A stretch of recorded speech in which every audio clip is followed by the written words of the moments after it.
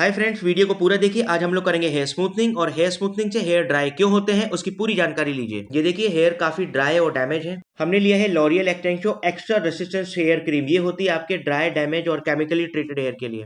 सबसे पहले हम हेयर में शैम्पू करेंगे और कंडीशनर का इस्तेमाल नहीं करेंगे। हम अपने हेयर को 80% ड्राई करेंगे और 20% हेयर को गीला रखेंगे। अगर आपके हेयर बहुत ज़्यादा ड्राई है, डैमेज है, तो आप हेयर को गीला ज़रूर रखें।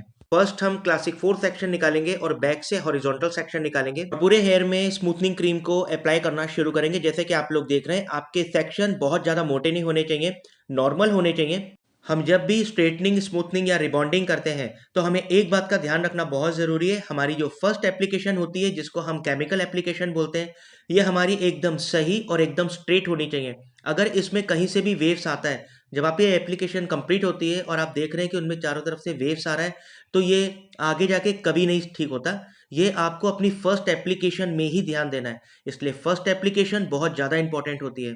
अब सबसे बड़ा सवाल जो कि बार बार पूछा जाता है कि हेयर स्ट्रेटनिंग, रिबॉन्डिंग या स्मूथनिंग के बाद हमारे हेयर ड्राई, डैमेज और फ्रीजी हो गए, ऐसा क्यों होता है? तो देखिए, इसके कुछ कारण होते हैं। जैसे केमिकल का ओवर प्रोसेस हो जाना। अगर हमने अपने बालों में फर्स्ट केमिकल एप्लीकेशन किया है और हमने उसको बहुत ज़्यादा समय के लिए रख दिया, सपोज करें कि 20 मिनट्स के बाद हमको हेयर वॉश करना है, क्योंकि हमारे हेयर जो है वो पतले हैं और वो थोड़े ड्राई भी हैं, लेकिन हमने उसको लगा के 30 मिनट रख दिया, 35 मिनट रख दिया, क्योंकि हमें हेयर पहचानने नहीं आ रहे हैं, तो ये केमिकल ओवर प्रोसेस हो जाता है और इससे आपके हेयर ड्राई और झड़ना शुरू हो जाते हैं।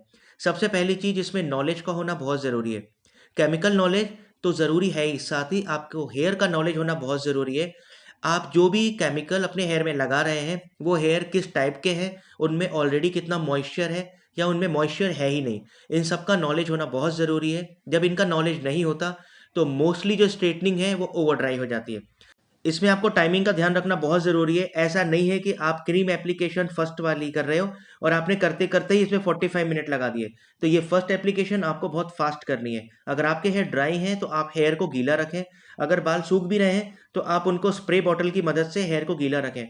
इसमें भी एक बात ध्यान देने की है कि आपको हेयर बहुत ज़्यादा गीला नहीं रखना है, नॉर्मल ही गीला रखना है, ताकि आपकी क्रीम आसानी से लग जाए और हेयर में जो ड्राइनेस है उसके अंदर एक मॉइस्चर आ जाए। सेकंड, अगर आपको ऑलरेडी हेयर फॉल बहुत ज़्यादा है या फिर स्कैल्प में कोई एलर्जी है, तो ये प्रोसेस ना करें। ये देखिए, हमारी फर्स्ट एप्लीकेशन कंप्लीट हो चुकी है और हमने इसको 25 टू 30 मिनट्स के लिए हेयर पे रखा है।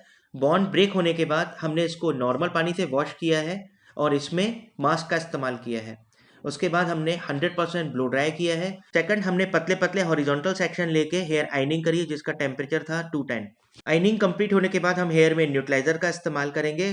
क्लासिक 4 और हॉरिजॉन्टल सेक्शन लेंगे और जैसे हमने क्रीम एप्लीकेशन करी थी, वैसे ही हम इसमें न्यूट्रलाइजर का इस्तेमाल करेंगे।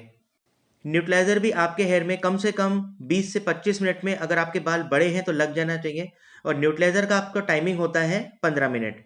इसको हम लोग बहुत अच्छे से लगाएंगे ताकि कोई भी हेयर हमारा छूटे नहीं, जैसे कि आप लोग देख रहे हैं। और ये न्यूट्रलाइजर हमारा कंप्लीट हो चुका है। इसके बाद हम हेयर वॉश करेंगे और हेयर मास्क का इस्तेमाल करेंगे, और फर्स्ट शैम्पू के लिए हम क्लाइंट को 1 दिन के बाद बुलाएंगे। अगर आपको ये वीडियो पसंद आए तो लाइक, कमेंट, शेयर और सब्सक्राइब जरूर करें और बेल आइकन को जरूर दबाएं, ताकि वीडियो की फर्स्ट नोटिफिकेशन आप तक पहुंचे। जल्दी मिलते हैं नए वीडियो के साथ। Thank you so much.